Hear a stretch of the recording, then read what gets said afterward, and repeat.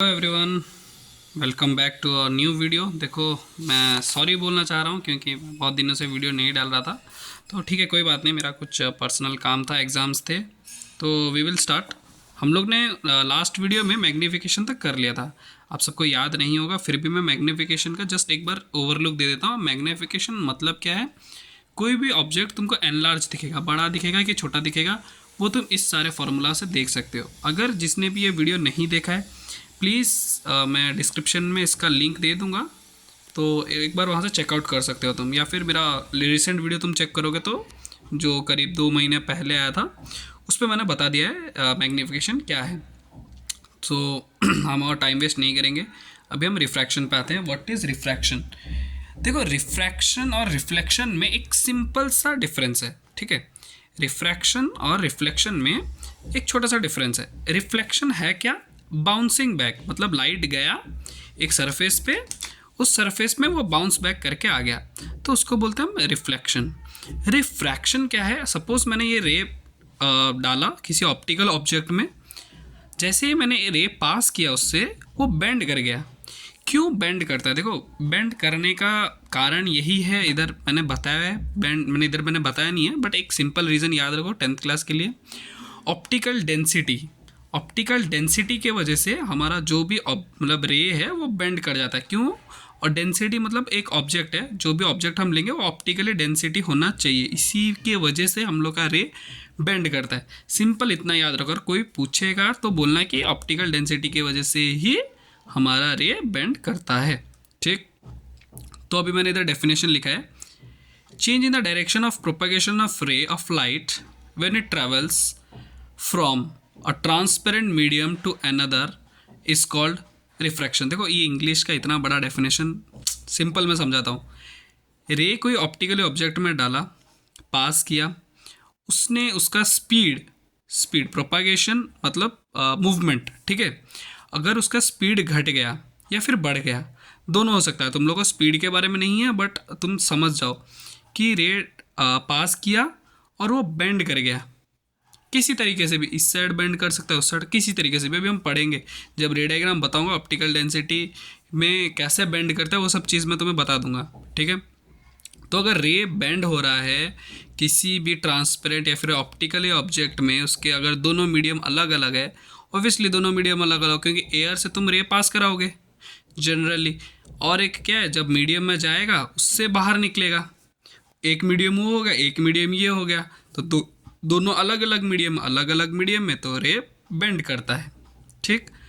Same law of reflection का जो first law था वही है law of refraction. Law of refraction हम पढ़ेंगे, जिसमें इंसिडेंट रे, रिफ्रैक्टेड रे और नॉर्मल तीनों एक प्लेन में और एक एक पॉइंट में, एक ट्रांसपेरेंट मीडियम के एक प्लेन पॉइंट में और एक प्लेन में, ठीक है। पॉइंट और दोनों प्लेन में लाई करना चाहिए, सिंपल है। जो मैंने लॉ ऑफ रिफ्लेक्शन में बताया सेम वही है, बस उधर रिफ्रैक्शन था रिफ्रैक्टेड रे, इधर रिफ्रैक्टेड रे है, ठीक। एक चीज़ और यहाँ आता है, sine i by sine r equals to constant, जिसको हम लोग स्नेल्स लॉ बोलते हैं, स्नेल्स लॉ, ठीक है। शायद मेरे को लग रहा है ये स्पेलिंग गलत है, तो you can check it out, ठीक है। स्नेल्स लॉ इसको बोला है। देखो, कांस्टेंट क्यों आता है, मेनली बच्चों का ये डाउट होता है कि सर कांस्टेंट क्यों आता है। कांस्टेंट देखो बेटा, साइन का जितना भी तुम वैल्यू लोगे मोस्टली सब नंबर्स है। नंबर और वेरिएबल में फ़र्क यही है, वेरिएबल मीन्स जो वेरी करता है। अभी तुम साइन 30 का वैल्यू जो तुम लोगे वो मैं लूँगा, यूएस में भी वही बच्चे वही वैल्यू लेंगे, साइन 30 का वैल्यू, कुछ तो चेंज नहीं होगा, ठीक है। तो दोनों अगर नंबर है तो ऑब्वियसली उसका जो बाई प्रोडक्ट आएगा वो भी नंबर ही आएगा, ऐसा थोड़ी वेरिएबल आ जाएगा। मतलब 1+2 इक्वल टू क्या 3, थोड़ी 3 आता है, या 1+2 इक्वल टू x आ जाता है, ऐसा नहीं होता। तो सिंपल याद रखो, दोनों का कांस्टेंट क्यों आता है, क्योंकि दोनों का वैल्यू, हम लोग का साइन का वैल्यू सारा नंबर्स है, कांस्टेंट है, कोई वेरिएबल नहीं है, ठीक है। इसीलिए हम लोग का वैल्यू कांस्टेंट आता है। देखो, इस अभी मैं तुम्हें एक बहुत इंपॉर्टेंट टॉपिक पढ़ाने वाला हूँ, जो है law of refraction through a glass slab. Refractive index में इसके बाद बताऊंगा, पहले ग्लास स्लैब समझो। मैंने ग्लास स्लैब को 2 केस में कैटेगराइज किया हुआ है। एक केस में मैंने क्या किया है, एयर से रे को पास करा है ग्लास स्लैब के पास, यह है ग्लास स्लैब।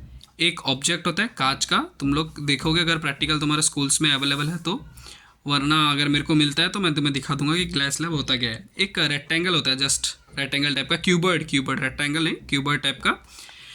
अगर रे एयर से पास होता है तो वो टूवर्ड्स द नॉर्मल बेंड करता है। नॉर्मल क्या है? एक इमेजिनरी लाइन, एक इमेजिनरी परपेंडिकुलर लाइन।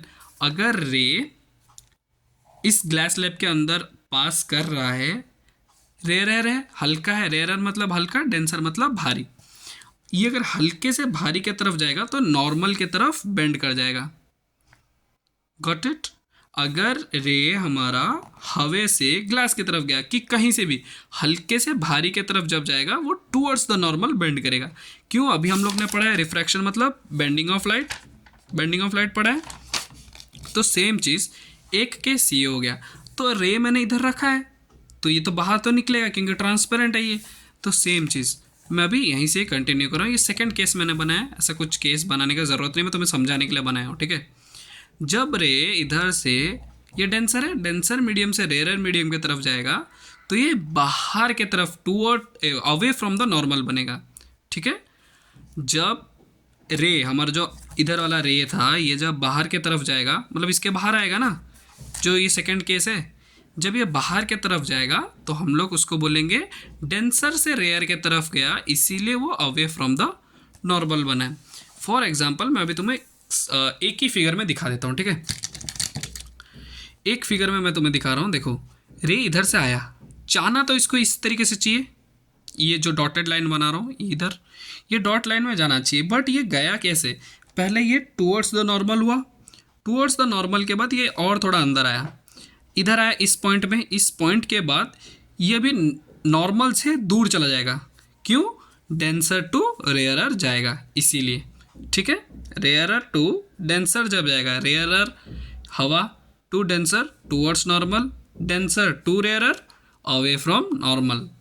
तो ये जो पहला एंगल ऑफ इंसिडेंस था, तो ये पहला एंगल ऑफ रिफ्लेक्शन, जब ये इस पॉइंट में आ जाएगा ये सेकेंड इंसिडेंट रे हो जाएगा।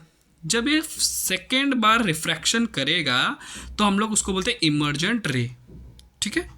इमर्जेंट रे इसको बोला जाता है, इमर्जेंट रे, ठीक। इतना क्लियर? जो हमारा सेकेंड रिफ्रैक्शन ऑफ रे आ रहा है, रिफ्रैक्शन रे ऑफ रिफ्रैक्शन आ रहा है, उसको हम लोग बोलते हैं इमर्जेंट रे। अभी देखो इधर कुछ डिस्प्लेस हो रहा है, जाना तो इसको इस डायरेक्शन में चाहिए, इतना में, बट ये इधर से जा रहा है। तो ये दोनों का जो डिस्टेंस आता है, बीच का डिस्टेंस, जो पैरेलल डिस्टेंस आता है, हम लोग उसको बोलते हैं लैटरल डिस्प्लेसमेंट।